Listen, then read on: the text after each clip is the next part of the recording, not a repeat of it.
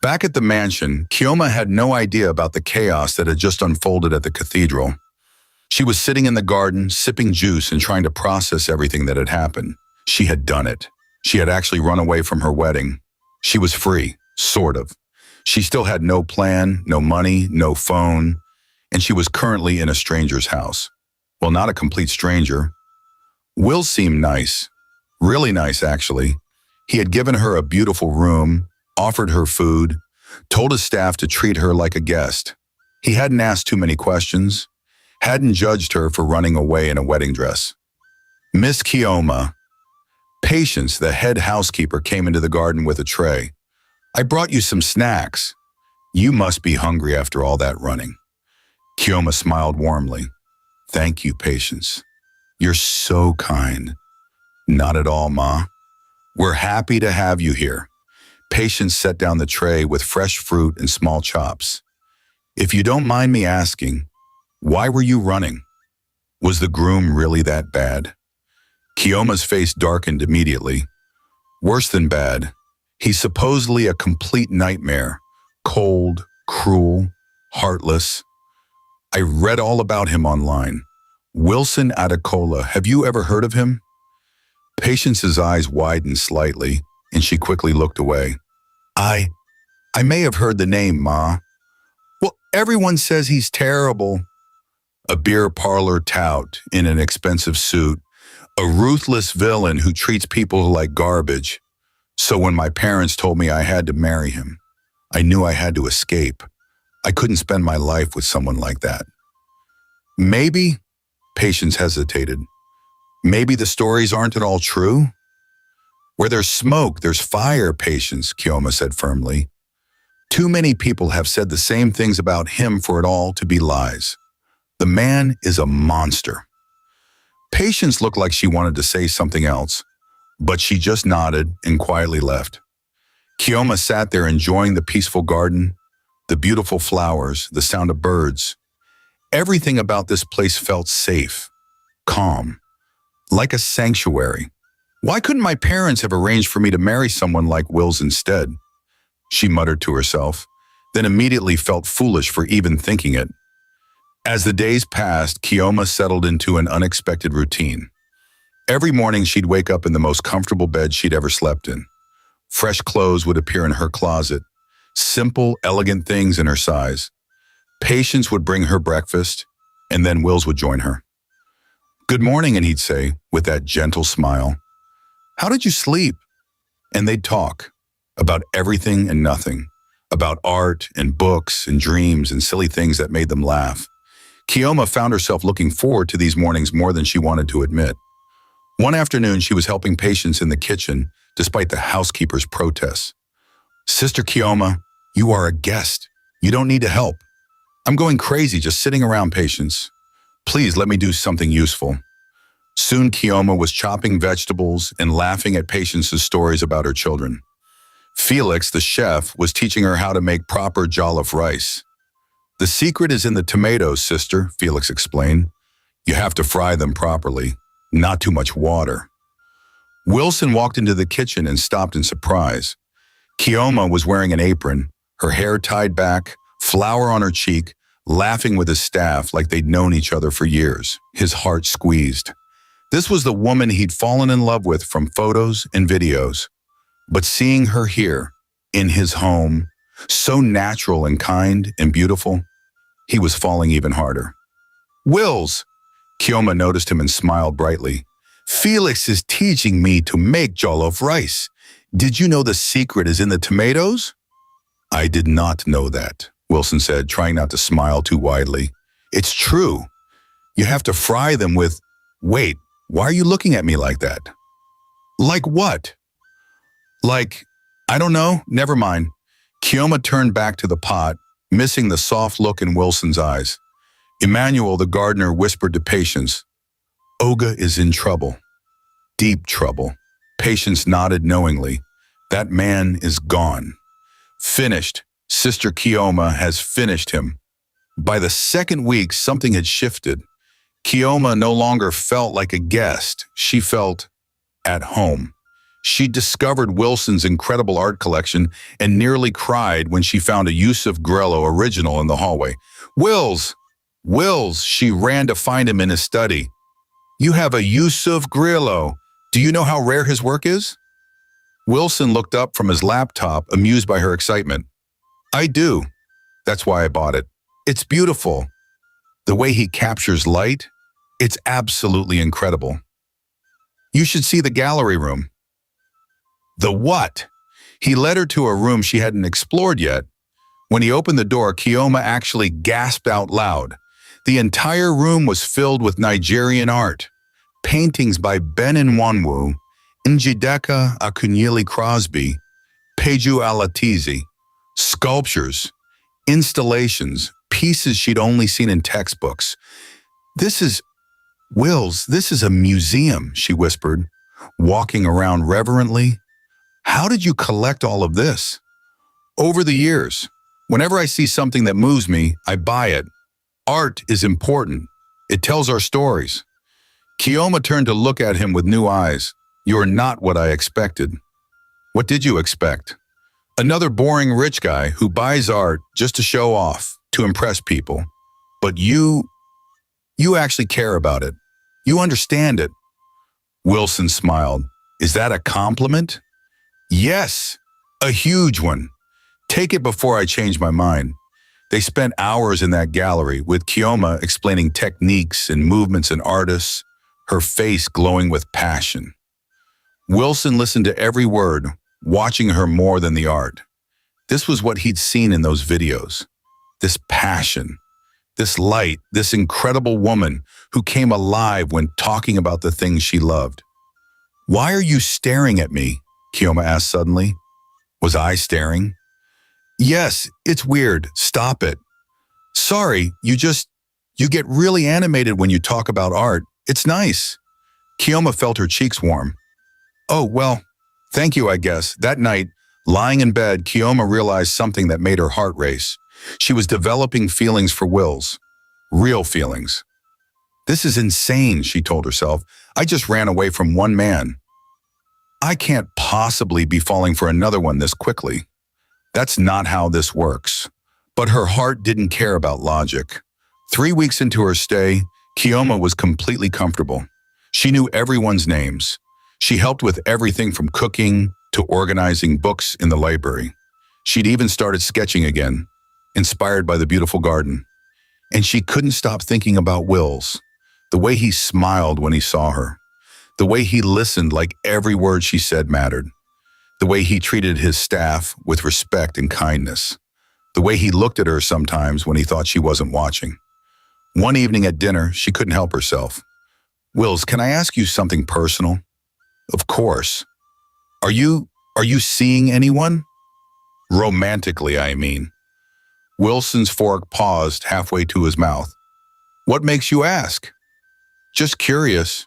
You're obviously successful, handsome, kind. I'm surprised you're not married or something. I was supposed to be, Wilson said carefully. Recently, actually, but it didn't work out. Oh, I'm sorry. Don't be. It worked out exactly how it was meant to. He looked directly at her. What about you? Besides the arranged marriage you ran from? No. I've been too focused on my art. And honestly, Kioma laughed, I've never met anyone who made me feel like they understood me, you know. I do know, Wilson said softly. They sat in comfortable silence, and Kioma found herself wishing this moment could last forever. Later that night, she found herself standing at her window, looking out at the garden, thinking dangerous thoughts. What if Wills was the one my parents wanted me to marry? She whispered to herself. I wouldn't have run. I wouldn't have hesitated. He's everything Wilson Adekola isn't. He's kind, thoughtful, real. She sighed heavily. Why couldn't fate have given me someone like Wills instead of that monster? What she didn't know was that Wilson was standing in his own room, looking out at the same garden, thinking about her, about how she laughed with his staff, about how she lit up when talking about art, about how she'd somehow become the center of his world in just 3 weeks. He knew he had to tell her the truth soon, but not yet. Not when things were so perfect. Not when she was finally happy. Just a little longer, he told himself. Just a little more time.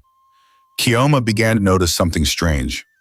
Her parents hadn't called, hadn't come looking for her, hadn't sent the police or the army or anyone.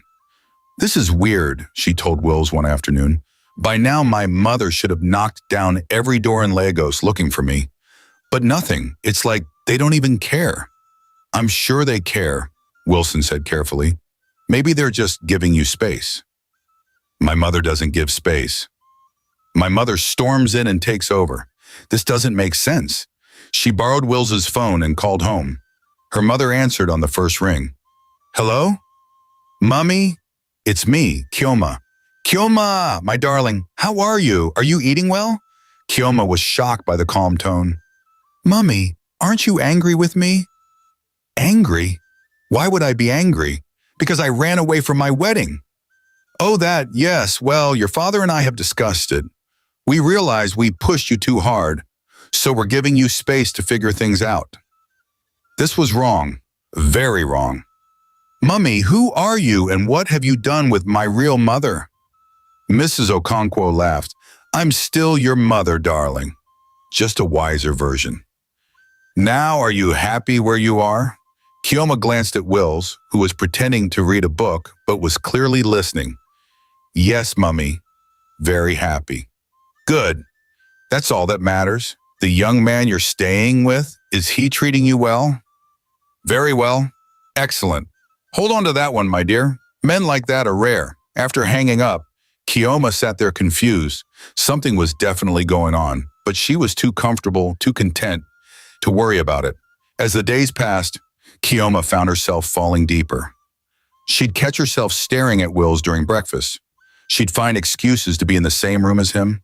She'd replay their conversations in her head at night. And Wills? He was completely gone. He watched her help patients cook. Watched her reorganize his library with such care and excitement. Watched her sketch in the garden, her face peaceful and content. Oga, you need to tell her, Patience said one day when she found him standing in the hallway just watching Kioma through the window. I know. She's falling for you. Anyone with eyes can see it, but she thinks you're someone else. The longer you wait, the harder it will be.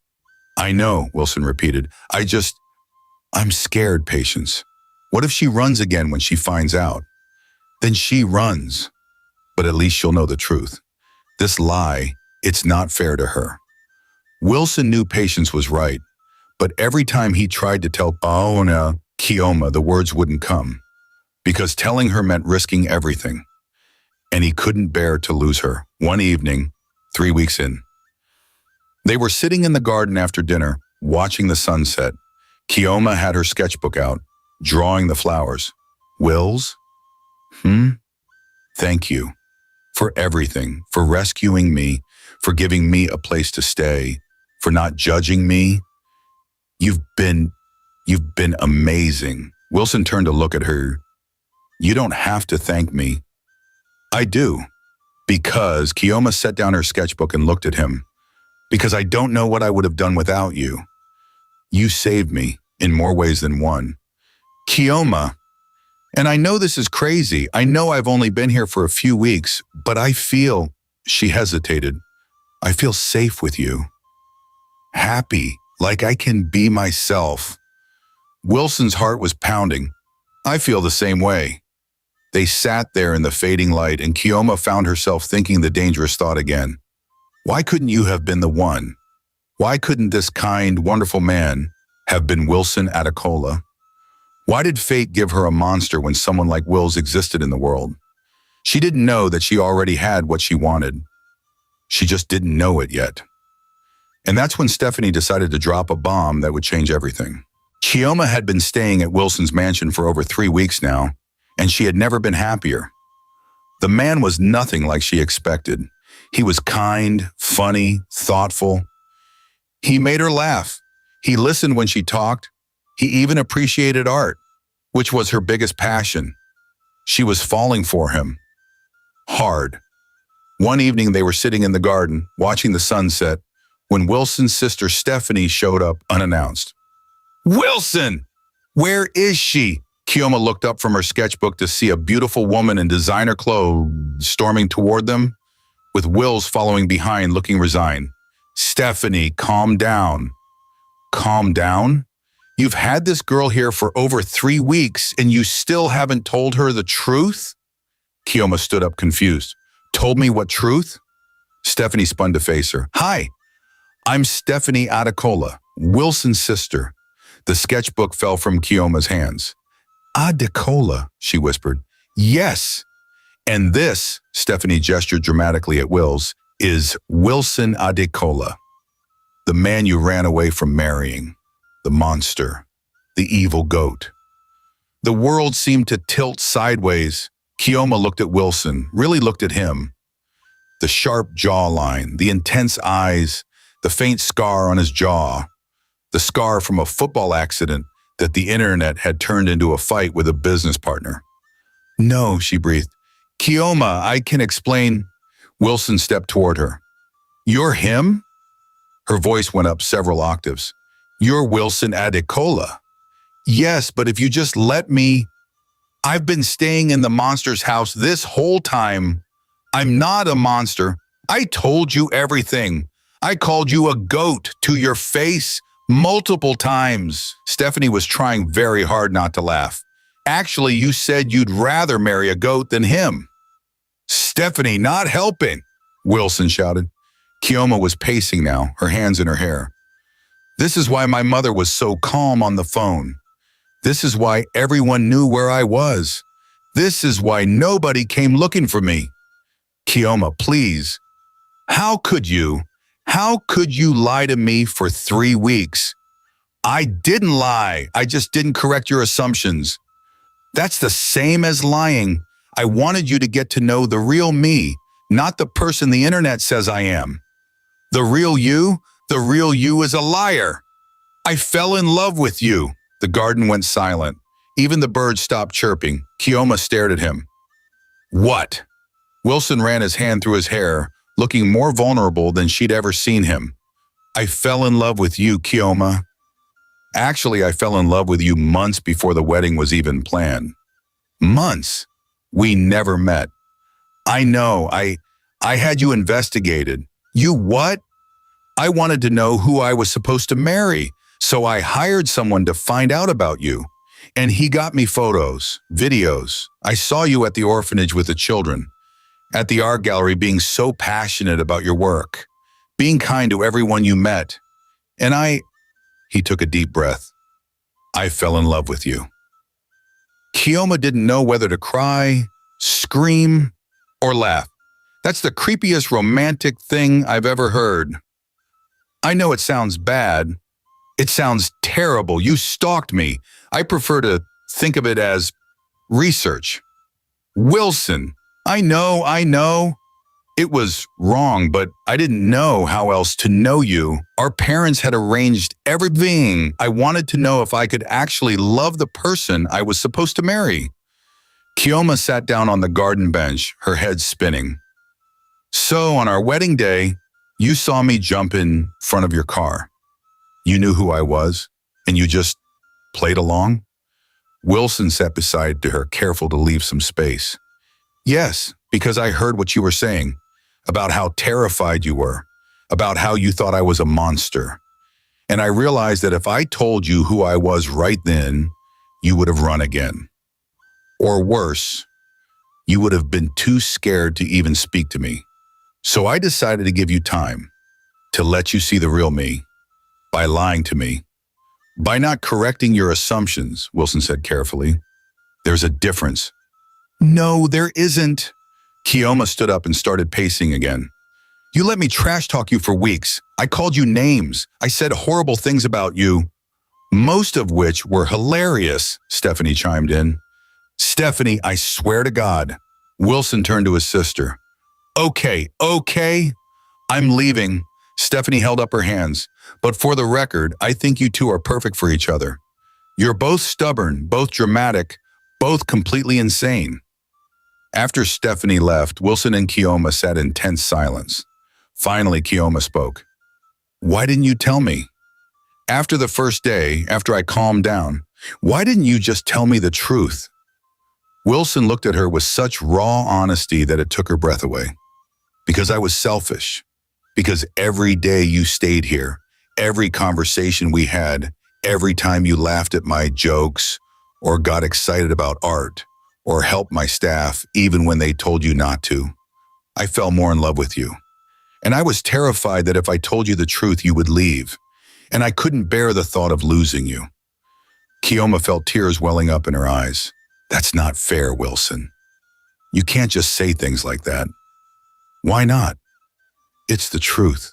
Because, she wiped her eyes, because it makes it harder to stay angry at you. Then don't stay angry. Stay with me instead. Wilson, he moved closer to her, taking her hands gently. Kioma, I know I should have told you the truth sooner. I know I handled this badly, but spending these weeks with you has been the best weeks of my life. Getting to know you, the real you, not the researched version or the watched from afar version, but the actual you. You're even more amazing than I imagined. Stop it, Kioma said, but she was smiling through her tears. You're funny, you're kind, you're talented, you're stubborn as a mule. Hey, and I love you completely, truly, madly. Kioma looked up at him, this man who had rescued her, sheltered her, made her laugh, and turned her world upside down. You know what the really crazy thing is? She said softly. What? I think I fell in love with you too. The real you, not the internet version, not the rumors, just you. Wilson's face lit up like the sun breaking through clouds. Really? Really? Which makes me so angry because you're the person I was running from. You're the arranged marriage. You're the goat. Wilson laughed and pulled her into his arms. I'm your goat now. That's not romantic. You made it a thing. You have to live with it.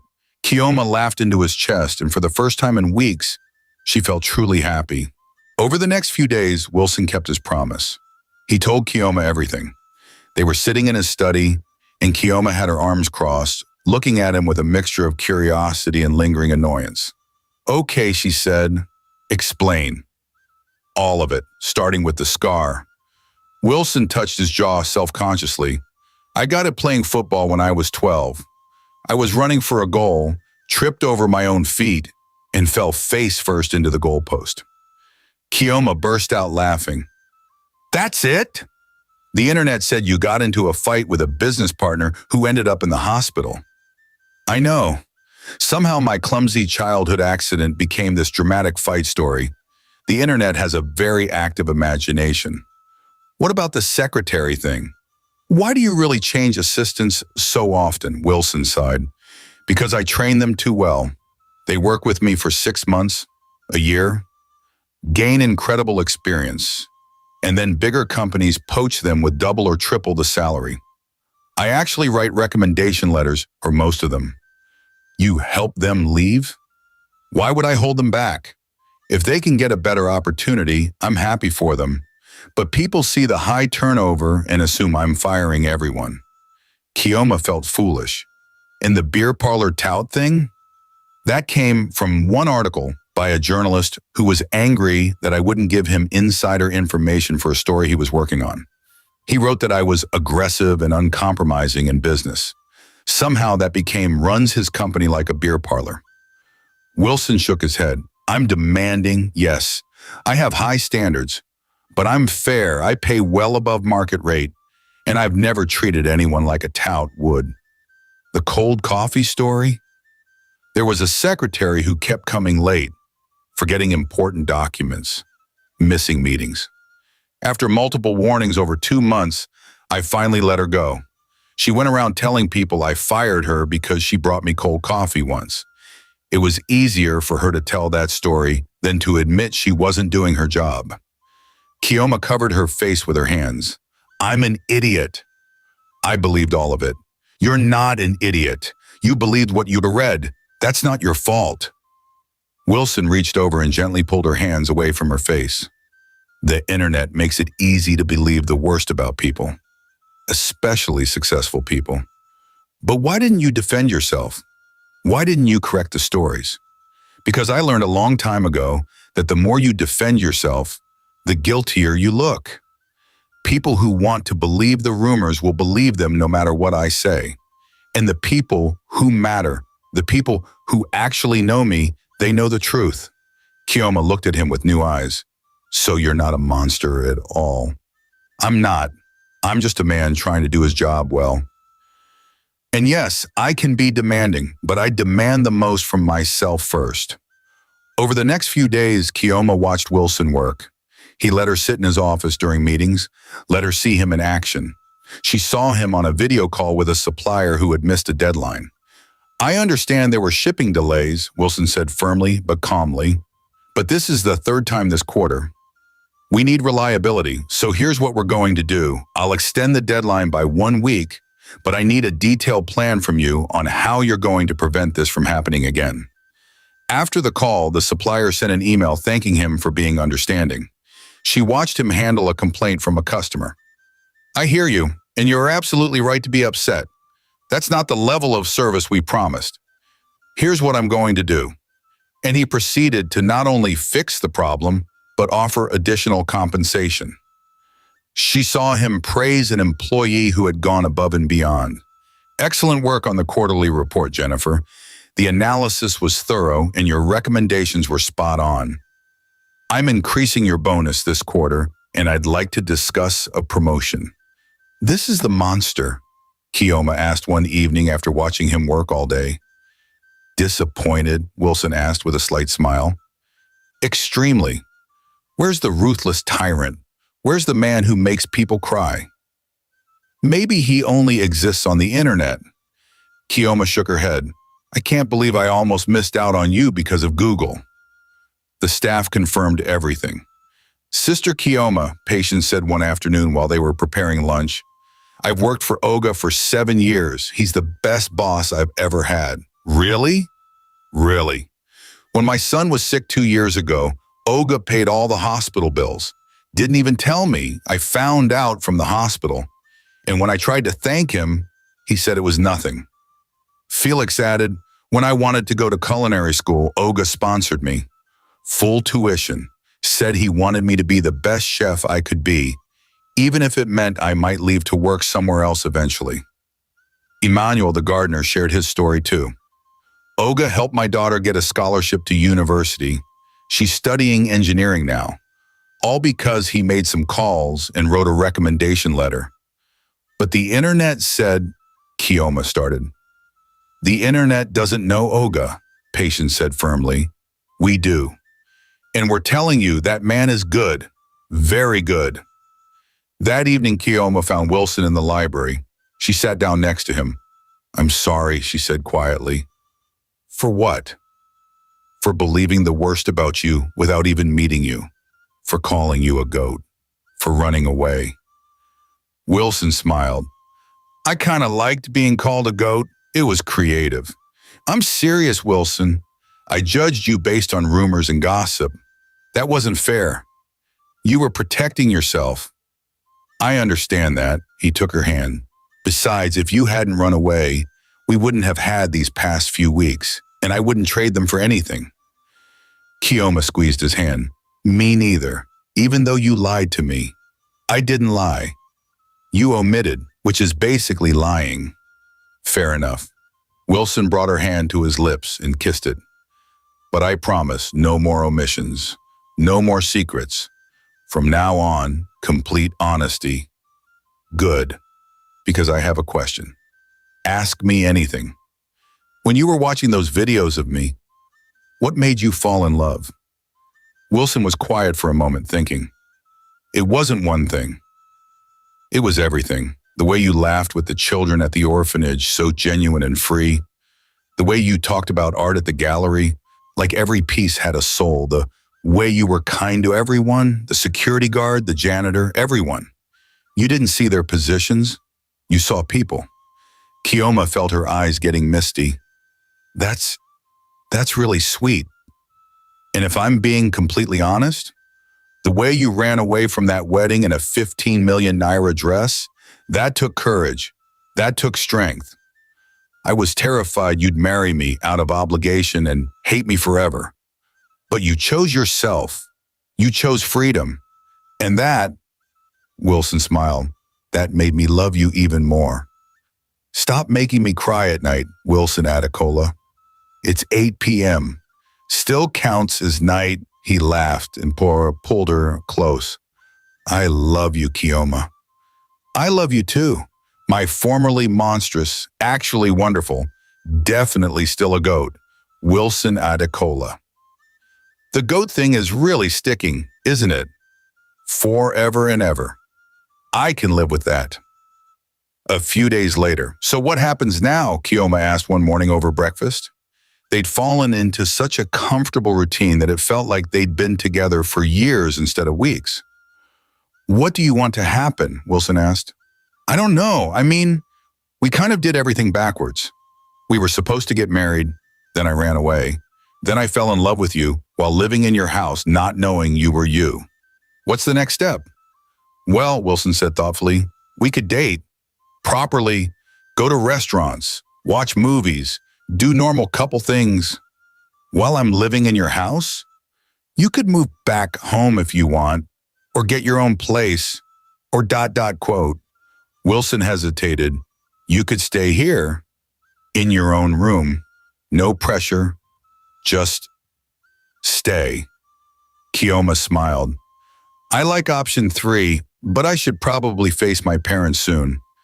I've been hiding long enough. I'll come with you. If you want. Really? Really.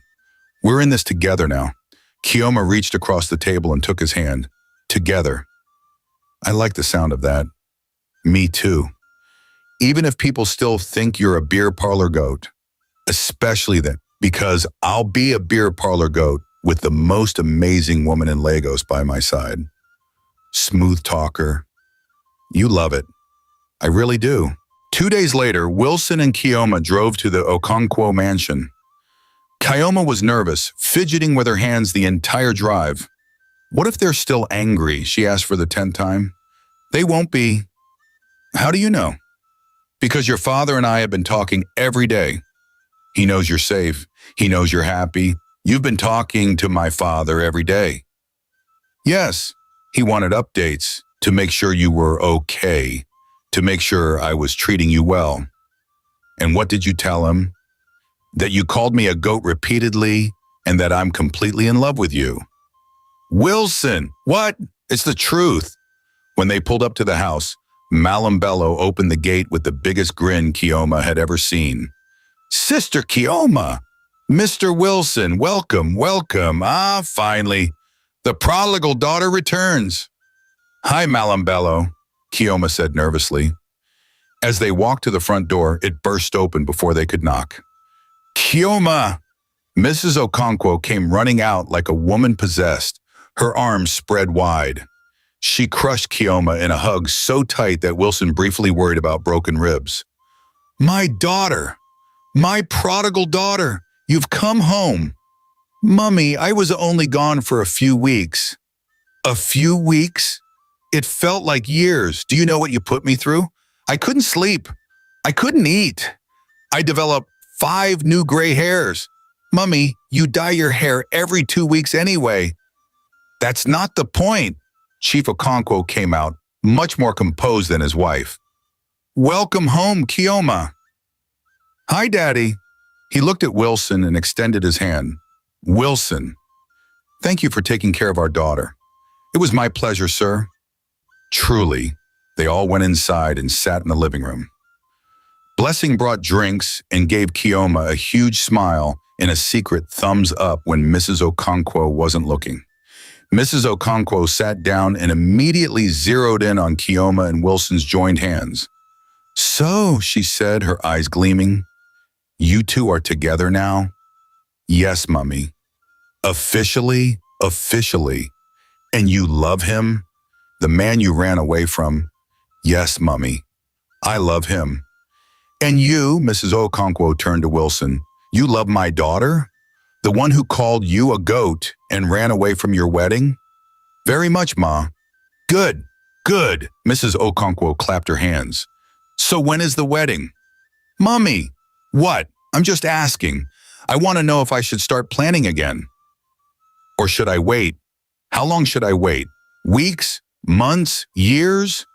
Darling, let them breathe, Chief Okonkwo said calmly, though he was smiling. I'm just saying, I'm not getting any younger. I want grandchildren before I die. Mummy, you're 52. You're not dying. Exactly. I'm practically ancient. Wilson was trying very hard not to laugh. Mrs. Okonkwo, I promise that when we're ready to get married, you'll be the first to know. When? He said when, not if. Mrs. Okonkwo grabbed Chief Okonkwo's arm. Did you hear that, Chief? He said when. Everyone in Lagos heard it, dear, Chief Okonkwo said dryly. Papa Okonkwo shuffled into the room at that moment. Ah, the runaway bride returns, and she brought the groom she ran away from. This is better than my telenovelas. Papa! Kioma jumped up to hug him. So, you two sorted out your nonsense, Papa asked, settling into his favorite chair. Yes, Papa. Good. About time. I was getting tired of your mother's daily prayers and fasting. She was making the whole house miserable. Papa, Mrs. Okonkwo protested. What? It's true every day. Oh, Lord, bring my daughter back. Oh, Lord, make Wilson a patient man. The woman was driving me crazy. Wilson spoke up, his tone respectful. Sir, Ma, Chief, I owe you all an apology. The way everything happened, with Kioma running away, the wedding being canceled, all the chaos and embarrassment, I take full responsibility for that.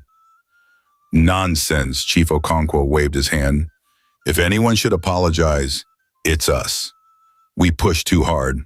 We didn't listen to our daughter. We were wrong, Mrs. Okonkwo admitted, which shocked everyone in the room. Mrs. Okonkwo admitting she was wrong was rarer than a solar eclipse. We thought we knew what was best for Kioma, but we didn't ask what she wanted. We didn't give her a choice. Mummy, Kioma's eyes filled with tears. No, let me finish. You're a grown woman, Kioma. You have the right to choose your own path, your own partner, your own life. And if that means running away from a wedding in a 15 million naira dress, 53 million total, if we're counting everything, Chief Okonkwo interjected. 53 million naira, Mrs. Okonkwo continued, shooting her husband a look. Then so be it. As long as you're happy, that's what matters. Kioma got up and hugged her mother tightly. Thank you, Mummy. I'm sorry for the stress I caused. You're forgiven. Just promise me one thing. What?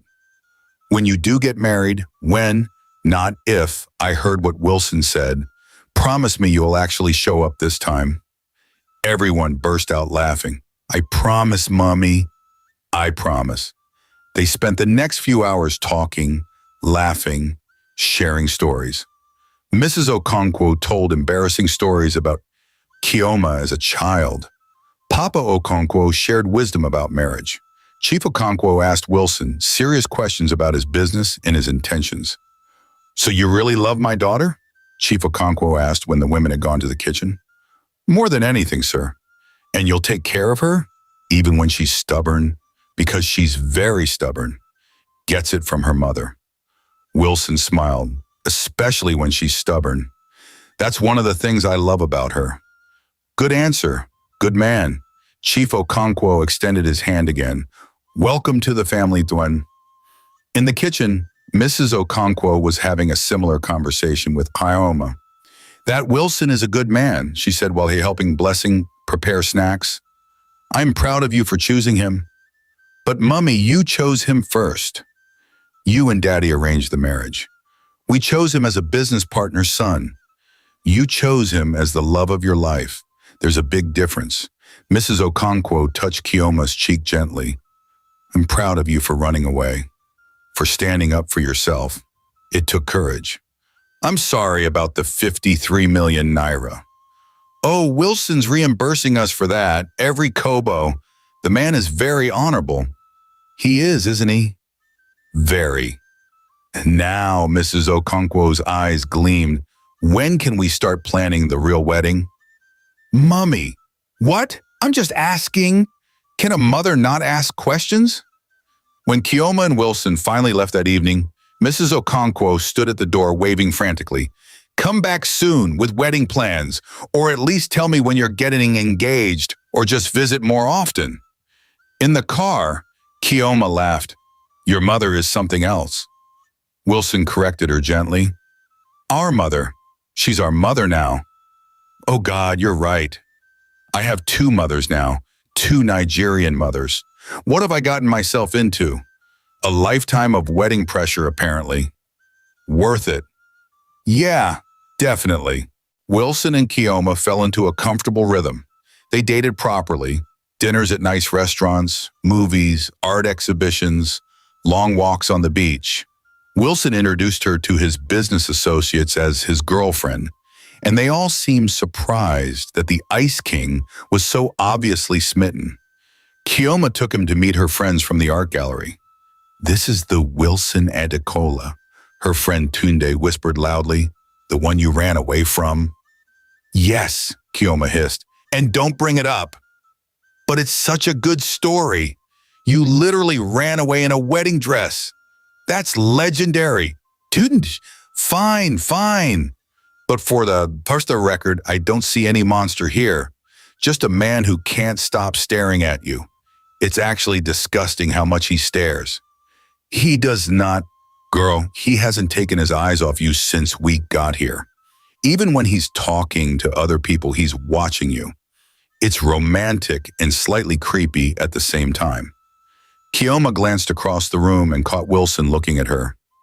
He smiled, that soft smile he reserved just for her, and her heart did a little flip.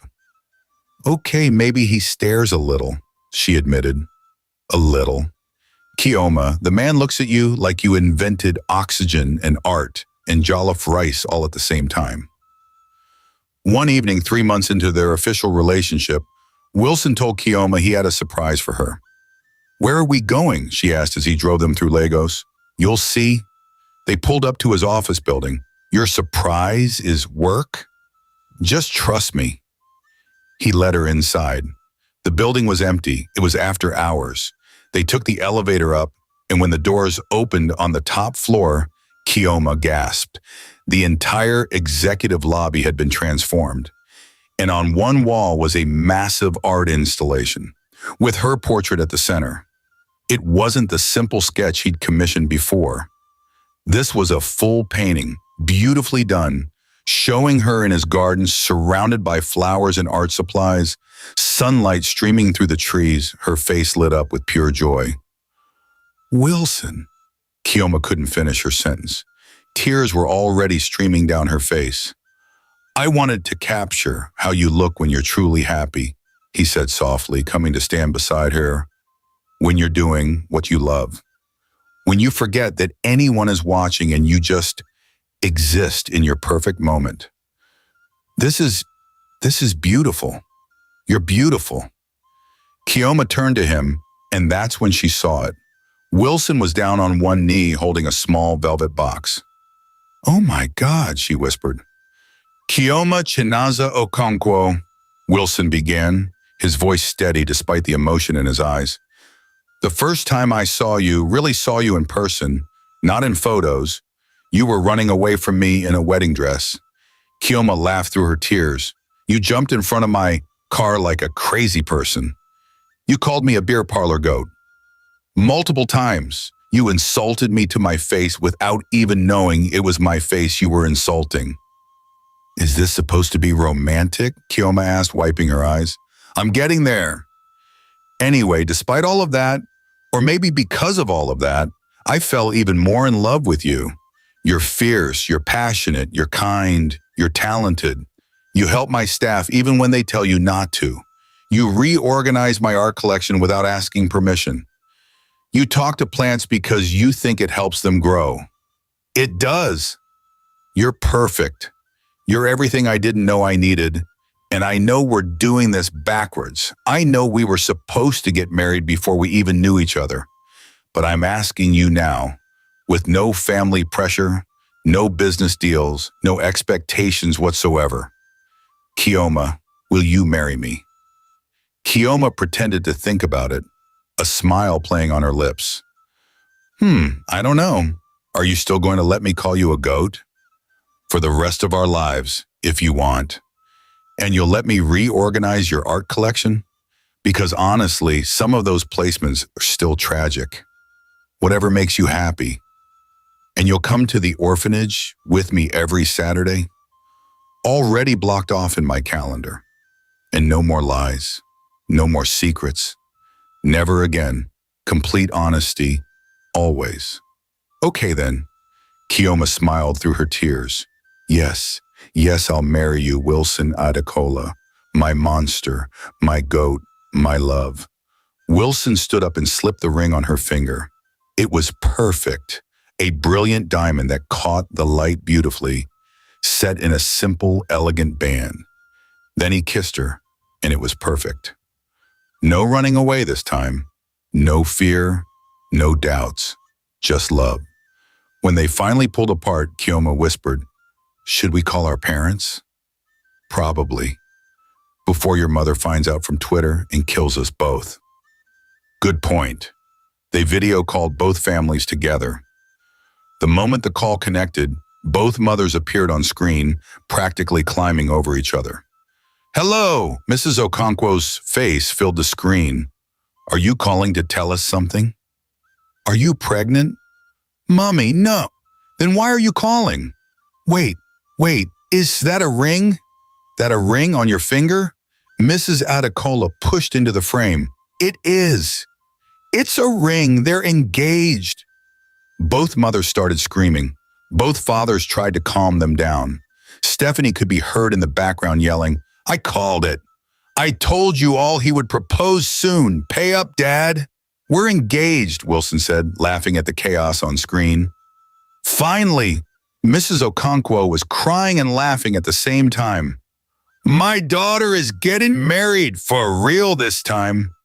"And she'll actually show up to this one," Kioma added. "You better." "My heart cannot take another runaway bride situation. I'm too old for that stress." "Mummy, you're 52, not 90. Same difference."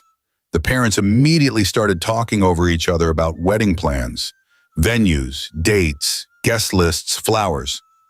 "We should do it soon," Mrs. Okonkwo said.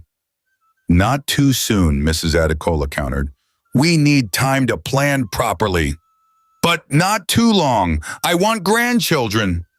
"Mummy!" Kioma and Wilson shouted at the same time. Wilson ended the call with a promise that they'd discuss details later. "That went well," he said. "Our mothers are going to drive us insane with wedding planning," Kioma predicted. "Probably. But we'll handle it together." "Together," Kioma agreed, looking at her ring and smiling. "I like the sound of that." "Me too, Mrs. Adekola. I'm not Mrs. Adekola yet." Soon, very soon. The morning of the second wedding, Kioma woke up feeling completely different from the first time. No panic, no fear, no secret escape plans, just pure, overwhelming joy. "Sister Kioma!" Blessing knocked on her door, grinning from ear to ear. "The makeup artist is here, and your mother has been crying since 5 a.m. It's 7 a.m. now. I know, she's very emotional today. She's already gone through 2 boxes of tissue."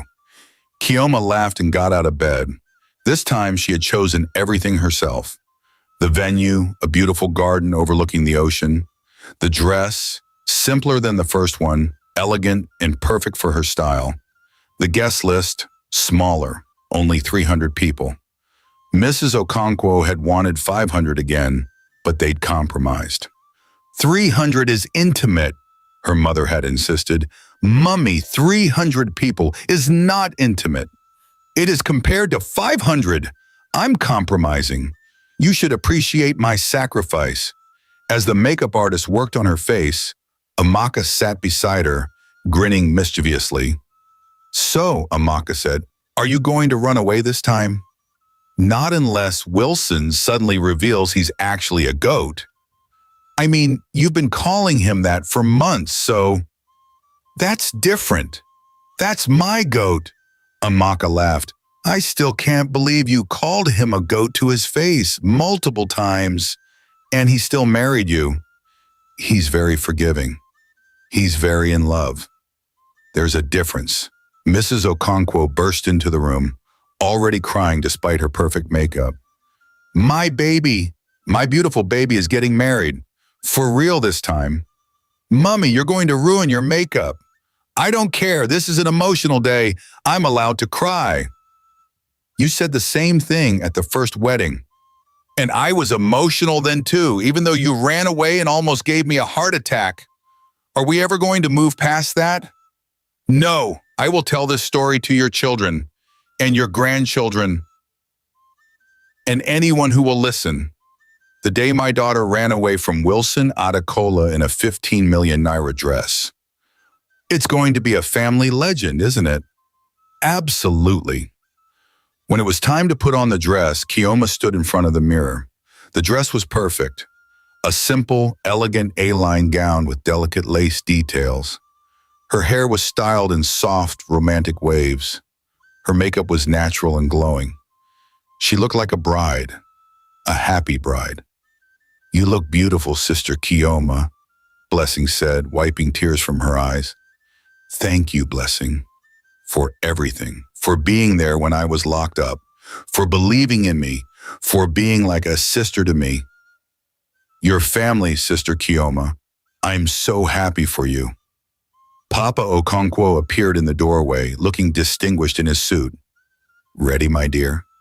So ready, Papa. He offered her his arm. I'm proud of you, you know, for standing up for yourself the first time, for choosing your own path, for finding real love.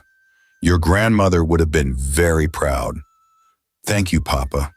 That means everything. Now let's go get you married, for real this time. And please, he added with a twinkle in his eye, no running. My old heart really cannot take the stress again.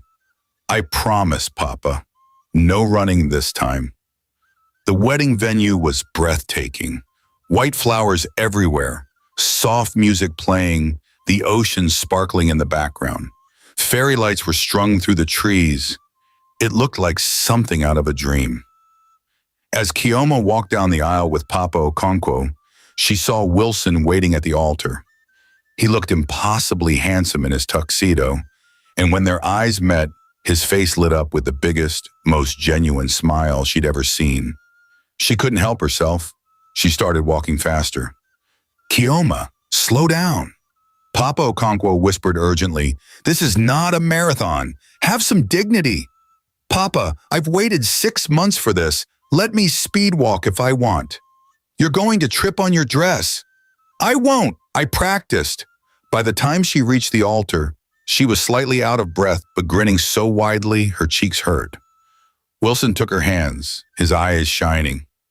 You came. Of course I came, you goat.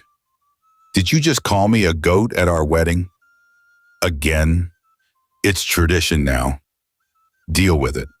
The priest cleared his throat, smiling despite himself. Shall we begin? And Sister Kioma, please confirm you're not planning to run away this time.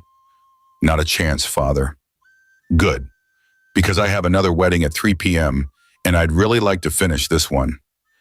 Everyone laughed. The ceremony was beautiful. Simple, heartfelt, perfect. When it came time for the vows, Wilson went first. Kioma, the first time I saw you, you were running away from me.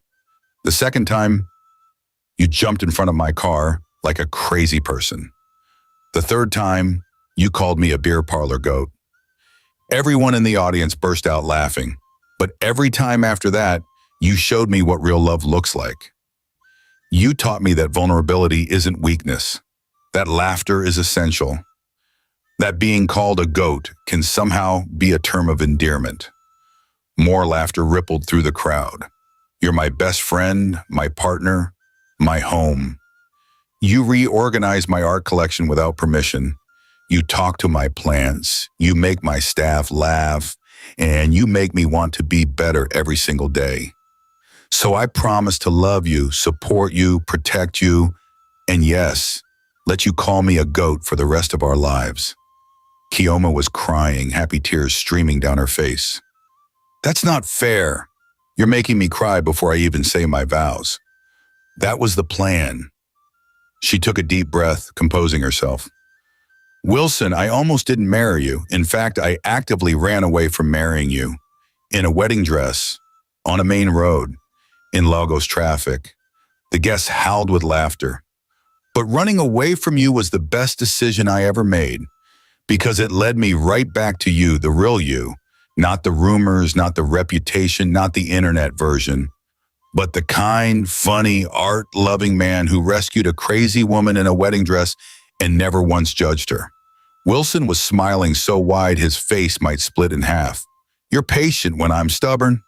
You laugh at my terrible jokes. You let me call you a goat even though you're actually a teddy bear in disguise. And you love me, the real me, messy and dramatic and fierce. So I promise to love you back with everything I have, to support your dreams, to reorganize your art collection forever, and to only run away from you if we're racing, which I will absolutely win." "We'll see about that," Wilson whispered. The priest, wiping tears from his own eyes, said, "By the power vested in me, I now pronounce you husband and wife. Wilson, you may kiss your bride, and Kioma, I repeat, please don't run." "Not going anywhere," Kioma said, and kissed her husband. The crowd erupted in cheers and applause. At the reception, the party was incredible. The food was amazing, the music was perfect, and everyone was having the time of their lives. Stephanie gave the first toast, and it was legendary. "Ladies and gentlemen, I'd like to tell you a story. A few months ago, my brother Wilson called me in a panic. He said his bride had run away from their wedding. I said, 'Good for her. You're probably scary.' He said, 'No, you don't understand. I love her and she thinks I'm a monster.' So I said, 'Well, fix it, genius.' Everyone laughed, and fix it he did. He let her stay at his house, let her insult him daily, let her call him a goat repeatedly, let her get to know him without pressure, which honestly was the smartest thing my brother has ever done. And that's saying something because he's usually very stupid about emotions." "Stephanie!" Wilson shouted, but he was laughing. But in doing all of that, he showed Kioma who he really is. Not the rumors, not the Ice King, not the mysterious CEO, just Wilson, my annoying big brother who cries at animal rescue videos and donates millions to charity anonymously and writes recommendation letters for every employee who leaves him. "Okay, you can stop now," Wilson said, embarrassed. "Never. Anyway, Kioma, thank you for seeing past all the nonsense. Thank you for running away the first time so you could come back the second time. And thank you for making my brother human again." "To the bride and groom! To the bride and groom!" everyone cheered. Mrs. Okonkwo gave the next toast, and she cried through the entire thing. "My daughter, my beautiful, stubborn, wonderful daughter, you taught me the most important lesson of my life. You taught me that love cannot be forced, that happiness cannot be arranged, that sometimes mothers don't know best." She paused to wipe her eyes, and half the audience was crying with her. "I almost lost you because I wasn't listening, because I thought I knew what was best for you, but you showed me that you knew exactly what you needed. And Wilson," she turned to him, "thank you for being patient. Thank you for letting my daughter find her own way to you. Thank you for being exactly the man she needed. Welcome to our family, officially this time." "Thank you, Ma," Wilson said, clearly moved. "And Kioma, my dear, just remember one thing." "What's that, Mummy?" "You still owe me for that 53 million naira wedding." Everyone burst out laughing. "Mummy!" "What? I'm just saying. Wilson reimbursed me, but you put me through the stress. I'm never letting you forget it." "Clearly not." As the evening went on, Kioma and Wilson had their first dance as husband and wife. The DJ played a beautiful romantic song, and they swayed together in the center of the dance floor, surrounded by fairy lights in love. "So," Wilson whispered in her ear, "no regrets? About what? Marrying you or running away from you the first time?" "Either. Both. No regrets about marrying you, some regrets about the running, but only because I ruined a very expensive dress." "Your mother is never going to let you forget that," someone from the crowd yelled. "Definitely Amaka." Wilson laughed. "We're never going to live this down, are we?" "Never. Our children will hear about it. Our grandchildren will hear about it. It'll be a family legend passed down through generations. The time Grandma ran away from Grandpa in a wedding dress and called him a goat multiple times. That part really needs to die." "Never. You're my goat forever, Wilson Adekola." Wilson spun her around, pulling her close. "I love you, Mrs. Adekola." "I love you too, Mr. Goat. I mean, Mr. Adekola." "Nice save." "I tried." As they danced under the stars, surrounded by 300 of their closest friends and family, with the ocean breeze and twinkling lights and pure joy in the air, Kioma thought about how different this moment was from 6 months ago. 6 months ago, she was running away from this man, terrified of a future with a monster. Now she was dancing with him, excited for a future with the man she loved more than anything. Funny how things work out. Sometimes you have to run away from something to find your way back to it. Sometimes the monster turns out to be the love of your life, and sometimes calling someone a goat is just another way of saying, "I love you." 1 year later, Kioma stood in the nursery of their new home, putting the finishing touches on a mural she'd painted on the wall. It showed a beautiful garden with flowers, butterflies, and in the center, a small goat wearing a bow tie. Wilson walked in and stopped in his tracks. "Is that a goat?" "Yes."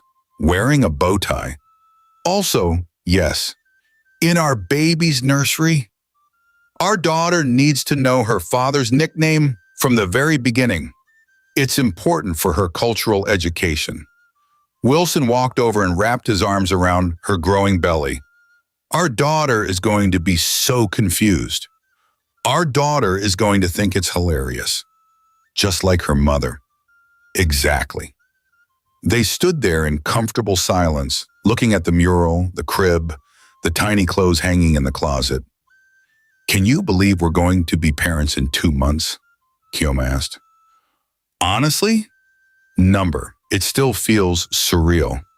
Remember when you thought I'd marry you without even knowing you? Remember when you ran away from me in a wedding dress? Remember when you let me insult you for 3 weeks straight without telling me who you were? Remember when you said you'd rather marry a goat than me?" Kioma laughed. "And now I married the goat." Full circle. Wilson kissed the top of her head. "Best decision you ever made." "Second best. The first best was running away. That led me right to you." "So you're saying I should thank Mr. Tony for stopping the car?" "Mr. Tony was just doing his job. I was a convincing fake vomiter." Noted for future reference. Though I'm hoping our daughter doesn't inherit that particular skill. "Oh, she's definitely getting it, along with my stubbornness and your love of art. God help us." Kioma turned in his arms to face him. "Wilson Adekola, are you saying our daughter is going to be a handful?" "I'm saying she's going to be exactly like you, which means I'm going to be outnumbered and outmatched." "Good. You need to be kept humble. You do that job very well already." "I know, it's my spiritual gift." Wilson laughed and kissed her. "I love you, Kioma Adekola. I love you too, my goat. You're never letting that go, are you?" "Never. It's our origin story. Our children and grandchildren need to know how their mother called their father a beer parlor goat, and he just let her because he was in love. I was so in love. I still am. Me too." And as they stood there bickering and laughing in their baby's nursery, both of them knew one thing for certain. This was exactly where they were meant to be. together, happy, home, even if one of them was occasionally, affectionately, called a goat. The end, P.S. 3 years later, when their daughter Chidera said her first words, it wasn't mama or dada, it was goat, while pointing directly at Wilson. Kioma laughed so hard she cried. Wilson pretended to be offended but secretly took a video and saved it as best moment ever. PPPS Mrs. Okonkwo never got over the 53 million naira. At every single family gathering, without fail, she brings it up. Remember when you wasted 53 million naira? Has become her favorite conversation starter. Chief Okonkwo has completely given up trying to stop her.